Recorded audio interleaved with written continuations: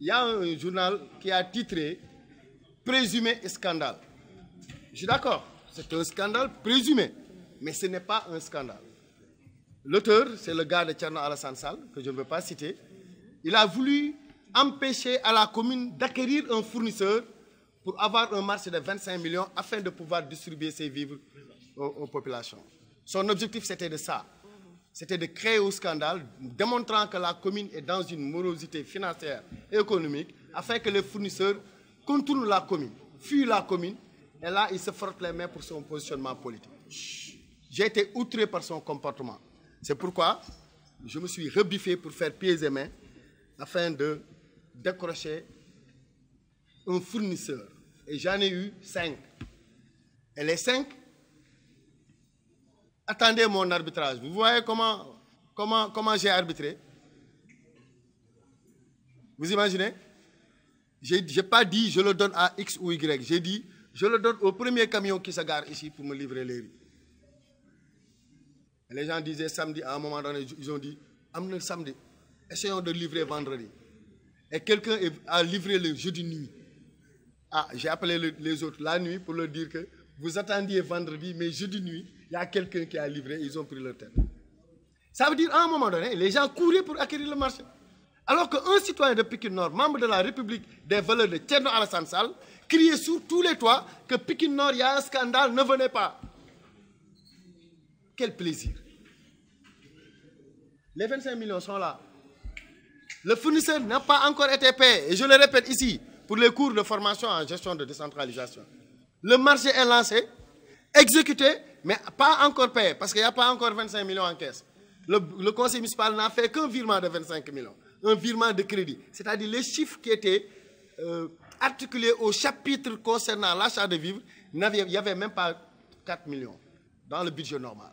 Mais avec la Covid, le conseil, sur ma proposition, a arrondi ce montant jusqu'à hauteur de 25 millions. Mieux, le bureau municipal, dans le cadre de l'application de la loi d'habitation qui nous permet de mettre en suspens les décrets sur les marchés publics, c'est-à-dire faire des DRP, en fait, éviter le gré à gré, mettre en exergue l'urgence, parce qu'on est en guerre, c'est ce qu'a déclaré le président de la République. De ce point de vue, les maires et l'État, ou les établissements publics, pouvaient, dans le cadre de l'entente directe, passer des marchés s'il s'agit de dépenses allant dans le cadre de la résilience économique, sociale ou sanitaire.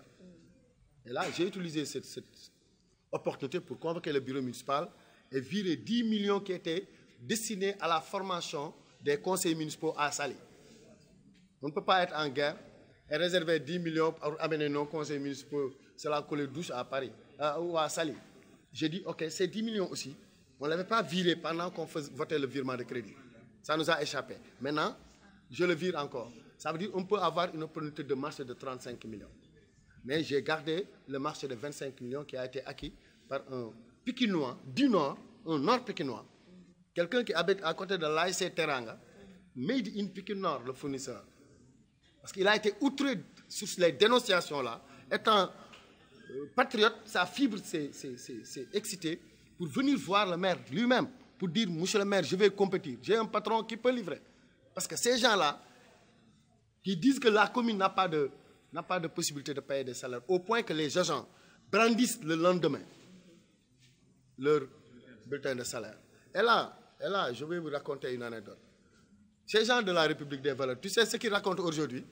Ils disent, oui, on a dénoncé à la radio Oxygène le dimanche, le lundi, le maire les a payé leur salaire. Comme si il n'a jamais été fonctionnaire, je le comprends. Les salaires qui passent à la direction des soldes, signés par la première adjointe maire, le courrier l'amène, ça passe à la perception, après à la direction solde, ça retourne à la perception.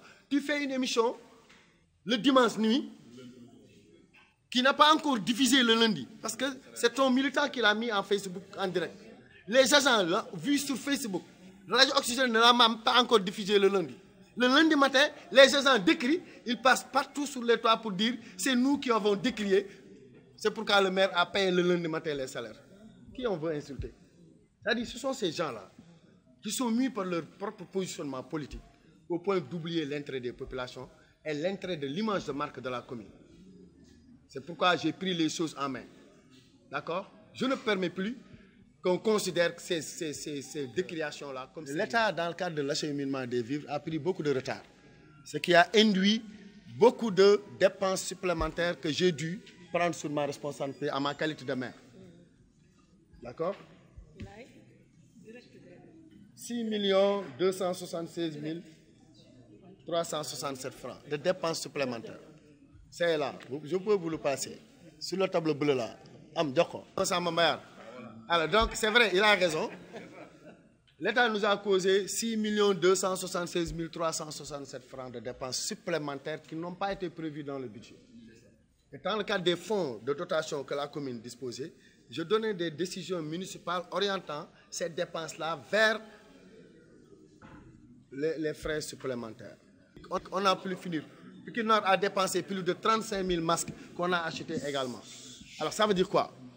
Ça veut dire si l'État avait acheminé tôt, en 2 jours, 3, les dépenses, on allait payer 120 000 de gardiennage multiplié par 3 jours. Comme ça a été 21 jours, vous imaginez le montant. Ensuite, il fallait mettre une bâche, plus de 115 000 francs.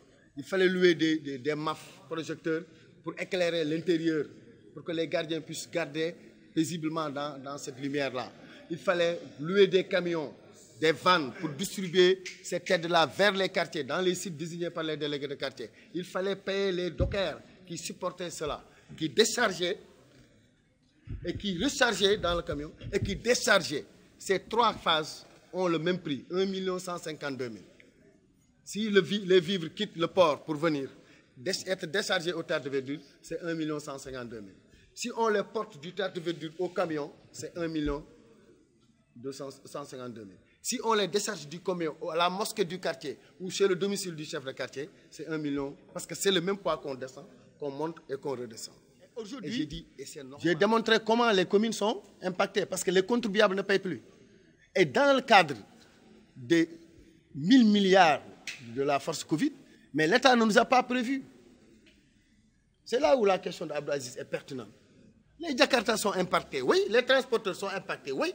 Mais les communes sont impactées. Cet argent-là, si on le restitue aujourd'hui, on fera une belle tabaski. Monsieur Mansour Faye, il faut nous plaider pour nous. Monsieur Omar Gueye, si vous comprenez votre mission de ministre des collectivités locales, ce n'est pas pour dire des actes de circulaire seulement à l'endroit des collectivités locales. Omar Gueye, vous devez plaider pour que la force Covid prévoie une résilience des collectivités territoriales. Et là, je me fais le garant, le porte-parole de l'association des maires. Il faut que l'État prévoie ces démembrements que sont les collectivités locales. Sinon, la tabaski risque d'être morose pour les citoyens. Le président Macky Sall, je vous interpelle. Je voudrais véritablement que le général François Ndiaye, avec l'ensemble de leurs membres, en énumérant les secteurs impactés, qu'ils n'oublient pas les collectivités locales qui ne recevaient plus leurs taxes municipales, qui ne recevaient plus les impôts, qui ne recevaient plus la TVA. Ce n'est pas de l'impact ça. Ça ne déduit pas sur nos dépenses et nos possibilités d'agir. Donc la Covid nous a impactés. Et nous sommes les plus sollicités si les gens ne peuvent pas attendre l'État. Donc il faudrait qu'on pense aux collectivités locales. Il y a du... Enfin, c'est multipart parce qu'il y a du riz parfumé. Vous vous rappelez, le premier marché, j'ai eu la générosité, ayant une disponibilité de 7 millions en caisse, de dire au fournisseur, va prendre les 7 millions pour ne pas avoir de problème avec ta banque. Prends le reste et tu vas essayer de vendre ce riz-là à une autre commune ou à quelqu'un d'autre pour essayer de rembourser à ta banque. Ces 7 millions-là, c'est composé de riz non parfumé aussi, de sucre, d'huile. Mais le nombre de sucre que ça compose ne peut pas atteindre le nouveau marché en termes de kit. Donc j'ai décidé de mettre le sucre ici. Quand il y a des nécessités, je le donne. Mais pour la distribution de ces bons-là, on le réduit entre riz et huile seulement.